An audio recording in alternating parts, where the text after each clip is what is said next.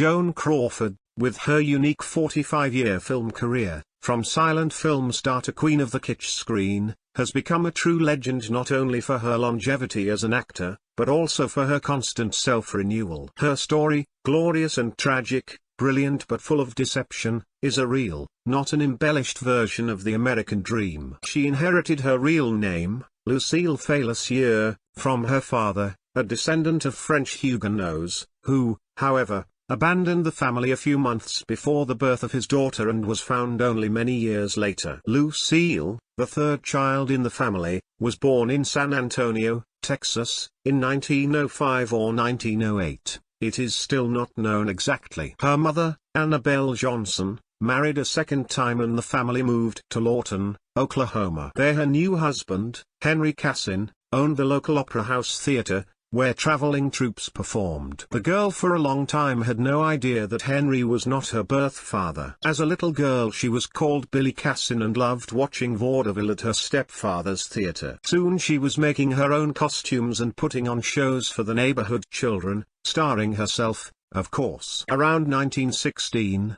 the family moved to Kansas City. Here between the parents something fell apart, whether Cassin, according to some biographers, spent all the money, or began to look at the stepdaughter is not like a stepfather, but soon the couple parted. Everything had to start again. Mum started working in a laundry and could no longer devote herself fully to the children. Billy was sent to St. Agnes Catholic School for board and lodging. The situation of the working girl was unenviable, and at the next school, Rockingham Academy, it was even worse. Crawford later complained that the headmaster's wife beat her and falsified her grades to cover up the fact that the girl spent far more time cooking and cleaning than at her desk. In general, her level of knowledge left much to be desired. But that didn't bother her much. Since childhood, her dream was to become a dancer. Once, when she ran away from a piano lesson to play with her friends, Lucille jumped from a high porch and cut her leg deeply with a shard of a broken bottle. She underwent 3 surgeries and was out of school for a year and a half. But when she recovered,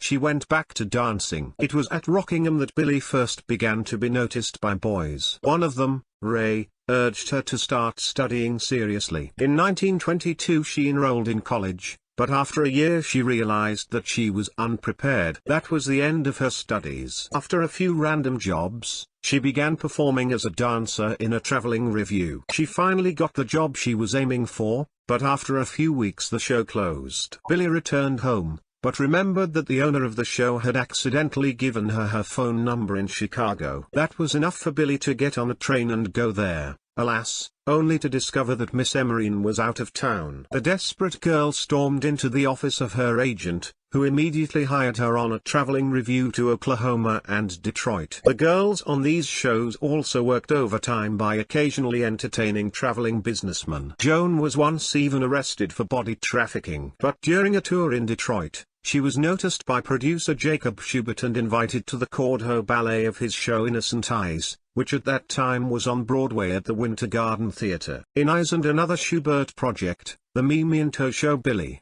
who reverted to her real name Lucille Lesieur, worked the whole year 1924, dancing in nightclubs as well. One day the manager said that a man from Metro-Goldwyn-Mayer had seen her in the show and was inviting her to audition. On the leadership of the powerful studio, she did not make a special impression, but when she returned home at Christmas, followed by a telegram, the second audition was successful. She must immediately report to California. Early in the new year of 1925, she boarded a train for Culver City. The contract with her was standard, for 6 months, for $75 per week, with no guarantee of renewal. In Hollywood, she found that the contract is a contract, but at the studio she almost nothing to do. Roles were insignificant. In addition, under the terms of the contract, she could be fired after 6 months. But she did not wait for that. Lucille started her own advertising campaign to get her bosses to notice her. In fact, cinema, unlike dancing, was not her dream,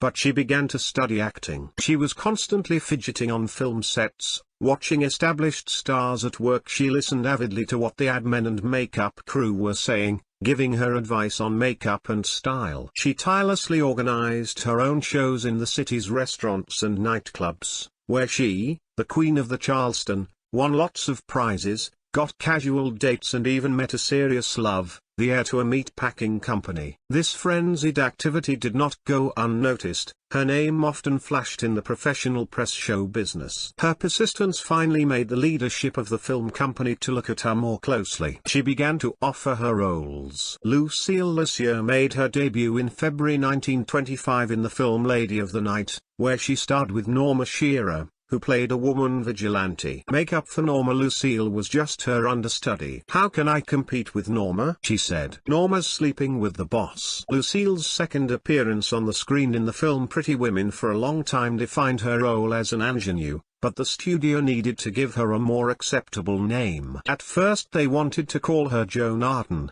but it turned out that there was already an actress with that name. Magazine Movie Weekly announced a competition for the best pseudonym, and in September 1925 was announced the winning name, Joan Crawford. This name she never liked, but with this name she entered the history of cinema. She played young women, humble toilers seeking love and material success. These Cinderella to princesses stories were well received in audiences and won the love of millions of women during the Great Depression. It was she who created the image of a young fashionista from expensive nightclubs, dressed with refined elegance, dancing gracefully, wistfully playing with a glass with wide open, sad eyes and a fierce lust for life. The film company was now assigning her to more significant directors, and the roles became more winning. The 1927 film Sally, Irene and Mary was her first real hit. Her male partners were now the popular George Arthur, Harry Langdon and the conqueror of women's hearts Charlie Ray. By the early 30s Joan could rival the fame of her Metro-Goldwyn-Mayer colleagues Greta Garbo, Jean Harlow and Norma Shearer. A turning point in Joan Crawford's professional career was her dramatic role in the film Unknown. She played an assistant fairground knife thrower with legendary partner Lon Chaney. It was Chaney's work on the role, his focus and dedication that first sparked her desire to become a real actress. The beginning of the era of sound cinema, which cut short the careers of many stars, passed for Joan surprisingly painless. She turned out to have a beautiful, sensual voice, which added new colors to her screen image. Joan became a celebrity, a Hollywood star and one of the highest paid actresses in the United States. But despite her star status, repeatedly confirmed by the size of box office receipts and fan letters, her struggle for better quality films, for those roles for which she was not considered first class,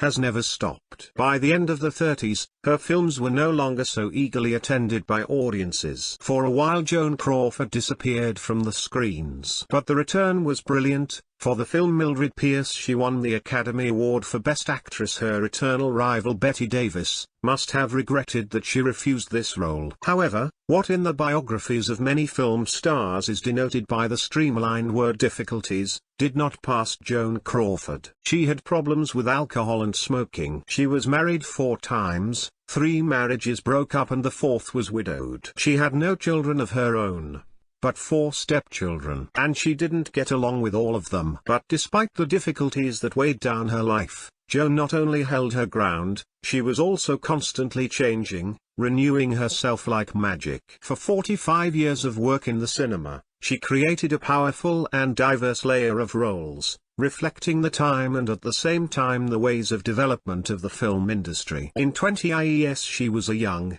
cheerful and soulful girl, who admired Scott Fitzgerald. In the 30s, she embodied the hopes of a nation in the Great Depression. In the post-war 40s colors of her roles lost transparency, became darker. She turned to family drama and black detective. In the 50s, in addition to a number of serious dramas, her work acquired a touch of vulgarity and grotesque, even postmodern. There is no way to even approximately list her work in film, television and radio. The list would be endless. And in one more role Joan Crawford appeared to the public posthumously. A year after her death, her eldest adopted daughter Christine published a book Dear Mummy, where the famous actress appeared cruel, unbalanced and indifferent to her 4 adopted children, which she adopted only for advertising purposes. Joan had a mania for cleanliness, and she could, returning from filming at night, pull the girl out of bed and make her scrub the floors with powder. Christina recalls the long list of men Joan had affairs with,